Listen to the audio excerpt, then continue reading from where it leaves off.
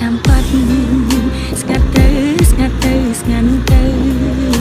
អូនទុនទាំងមើលតែផ្លូវទ្រូងដំបើជាច្រើនឆ្នាំហើយហេតុអ្វីសុខទុក្ខអ្នកស្រុកដឹងរឿងត្រានត្រៃថាបងយកប្រពន្ធហើយបងឃើញអូនឈឺស្ទើរសោសងខំនៅជាប់ជាមួយ